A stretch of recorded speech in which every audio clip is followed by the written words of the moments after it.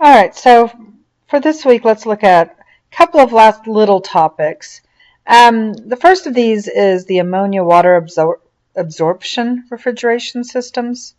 These are going to be more typical of what you would find in a commercial application. Um, Basically, it is a variation on a simple vapor compression refrigerator. It's going to have a lot more components to it, but it's going to be more powerful, able to do more. So I'm going to have one portion of this that's going to be ammonia only. Okay, so I'll bring ammonia in through a condenser, run it through an expansion valve, and through an evaporator. This part is all the same, but whereas I would have had a compressor over here, instead I'm going to do something a little trickier. We're going to add in an ammonia water system to replace that compressor. Now, what this is going to do is it's going to use some chemical equilibrium, which we're going to be talking about a little bit later in the course. But right now, some of this I can only allude to. I can't really give you the full mathematical study of this. But if I were to put a pump in instead of a compressor, I can use less energy input. But if I have a pump, I need to have a liquid. So I'm going to do this by pumping a liquid, okay? But I'm going to do something very bizarre because I need to get a liquid, whereas my entire point here of evaporating it was to get a gas, right? But actually it was really to suck the heat out of my refrigerated section, okay? I'm going to turn this into a liquid, which means I'm going to have to now do something about this gas over here.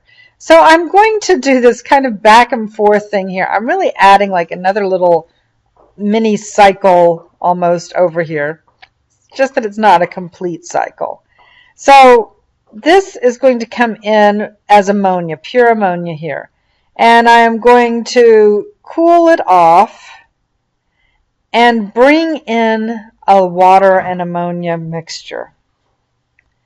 This is going to then be a water and ammonia mixture, which is going to go into the pump, but it's going to be a liquid, so it doesn't require much power input. And then I'm going to have this solution of ammonia and water. Now you have to remember, ammonia by itself is dangerous as a gas, but in a liquid form, it is got some negative properties to it, like the smell, but it's not that, horrible to work with, as long as you have safety measures in place to make sure the gas isn't being released. So now that I'm going to have this ammonia and water coming in, and I need to turn it back so that I separate out the separate out the vapor ammonia. So I want vapor here, and I want ammonia to go in over here, and I want the water to be taken back out. So I will separate these out, and the way to do that is by adding heat. Unfortunately, it's a lot of heat. Okay, generally it's like I'm doing a boiler kind of thing, which isn't what people consider to be a good idea for a home, right?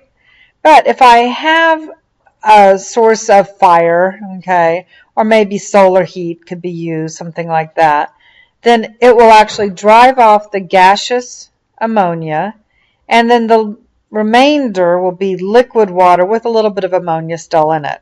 It wouldn't be drinkable. I would not touch this stuff here at this point. But then I can drop the pressure back down, and I can then reabsorb the ammonia and run it back through. So it's going to be a very strong ammonia water solution here. This is going to be a very heavy water, very little ammonia. But I'm going to have just ammonia going through this portion over here. So this is the complication. But of course the issue is that this requires more heat input than would be something safe to maintain in your home on a regular basis. So you're not going to see it there, but you will see this commonly used in industrial refrigeration systems. If you were to go for a tour of BAMA or the Bluebell Creamery here in town, those would use this sort of refrigeration system.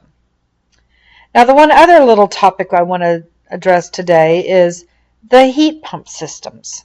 Heat pumps are used in a lot of locations as a way of operating as both a heater in the winter and an air conditioner in the summer.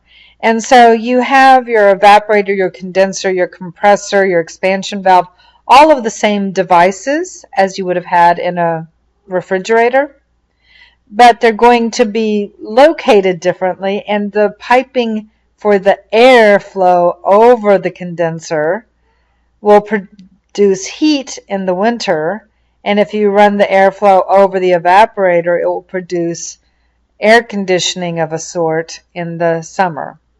Okay? The people I know who have these personally haven't really been thrilled with them, but it is kind of a compelling system because I only have to have one unit all year round. Now, just as a reminder, the goal of a heat pump is transferring heat to the hot fluid, or the air in the hot compartment. And so QH is my goal, network input is my cost, and so this is my coefficient of performance, only slightly different from this other. And the maximum would be related to temperatures, a high temperature over the difference between high and low. You could rework any of those examples that we've done for refrigeration. To work, the problem is exactly the same. The only difference is when you measure performance, the performance is going to be measured using this rather than this. So, see you in class. Next week we will be looking at more complex forms of refrigeration as well as the reversed Brayton cycle.